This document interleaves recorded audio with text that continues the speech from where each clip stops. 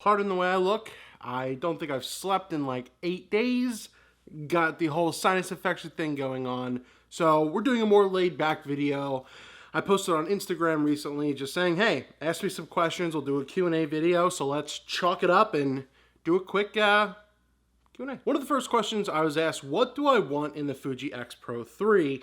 Because recently there's been the leaks updated that it is coming out most likely in October of this year. So what do I want in it? And yeah, so I am obviously a Fuji X Pro 2 user. I've made countless videos on why I really like this camera, what it offers and what it provides, but there could be several slight improvements, but to me, honestly, there's not much. I don't really need a new sensor.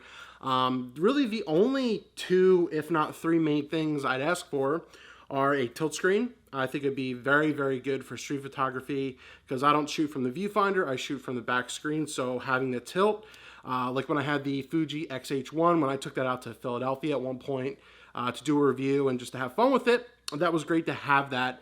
And definitely to improve the battery life. I'm not saying the battery life is actually that bad, but if you're shooting for 4 or 5 straight hours in the street and you have the camera on, obviously, capture things, the battery runs out quite quickly in that case, and you will always have to have a second battery on you for that. So that could definitely be improved, but if anything, no processor. The autofocusing speed after the firmware update improved greatly, but it could definitely be improved more to keep up with the XT, 3, 4, 5, 6, 7 that's going to come out. So I think that using their newer processor is definitely going to be a big help and something that is much needed. And of course, you'll see in that camera. But besides that, nothing else. I don't need more. I don't care if it's touchscreen or not. The only thing I'd say is natively find a better battery charger. I know it's very minimal, but it's also 2019. So the second question I got is, what flashes do I recommend that aren't expensive or name brand? Expensive is very subjective. It all depends on your budget. I don't know if you need a $30 flash, a $100 flash, or do you mean not like Nikon and Canon, which can be 300 plus, etc. So I'm going to kind of take two routes with this. There's the very cheap, and I've reviewed this before, so I'll leave a link down in the description below. There's like a $30 Amazon basic one, but mind you, it's all manual flash. There's really nothing special to it, but it can get the job done, and it has decent brightness for the price, and I feel it's great to learn on. But then you also have to take into account, do you want something probably a little bit more advanced to where it is a better flash, might be around $70, $90. It still might be manual, but you don't have like TTL, a little bit automatic, through the lens. There's two great brands that I always like to recommend. There's Yongnuo, and then there's Godox, Godox. I feel like they make great stuff. They're pretty universal for the cameras that they can be put on.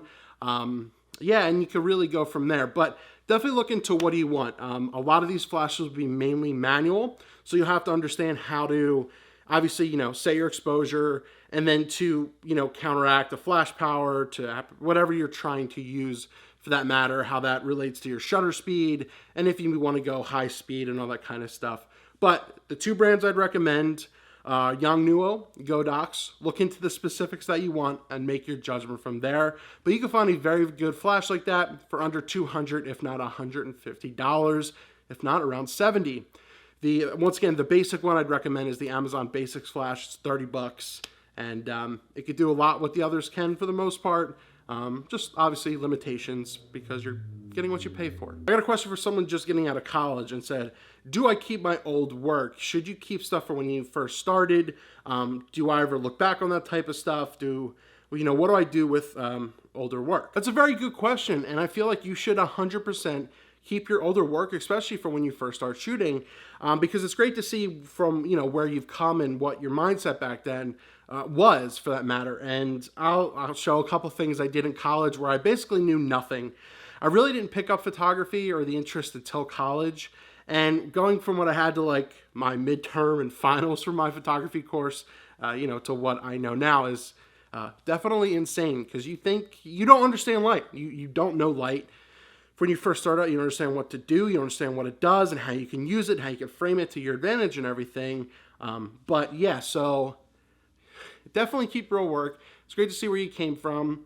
The one thing I took away from college and learning and first starting out is definitely trying to step out of the box compared to the others, because if a topic was sea light or red, for example, I'll use the sea light for example, I took it as more light painting, trying to do something creative with it. I mean, it looked horrible for what it was, but I did something different no one else did, and my professor at the time appreciated that. Now, once again, fundamentally, it's not a good photo. It wasn't a good photo, but the mindset was good back then. So seeing what I was thinking about back then, comparing to what you could take now, seeing, you know, natural light on the street and shadows and everything is very, very different, but good to look back on. But definitely, yeah. And if you guys or girls want to see a video of like my college midterm when I was really new to this stuff, I'd be very interested to cover it because it was like topics and everything.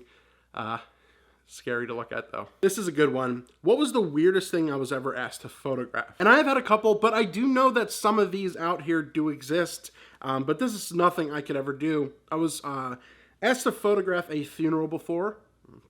Absolutely, I won't. I don't feel it's respectful. I mean, obviously the family is comfortable with that. I kind of understand that, but I will never do that. I feel it's not something to photograph. It's a day to have in your memory and to you know, celebrate a life of a loved one or a friend or something or someone close to you. I don't think it needs to be photographed. Another one was a birth at a hospital. Definitely a true story. I know there's like firstborn photography, there's all that kind of stuff, but I don't. That's I wouldn't say that's weird, by the way, 100%, but it's just something I'm not comfortable with doing. I don't feel like I have any interest in it anyway. And then lastly, through an email, I was asked to photograph an orgy. Yeah. Didn't do it, by the way. So let me know your thoughts to any of these questions down below as well. I'd like to have a discussion with you guys and girls. And once again, thanks for sending in some questions. I use Instagram. I don't use it a lot anymore. I'm very up to date on it though. I'll post something on there every once in a while, and it's great to have some discussion and counter thought to, you know, whatever's going on. But thanks so much for watching.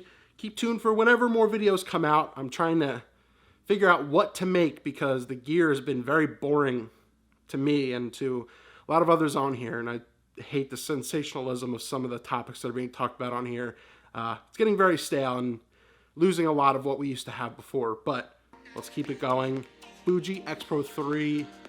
Oh, just let it be October already.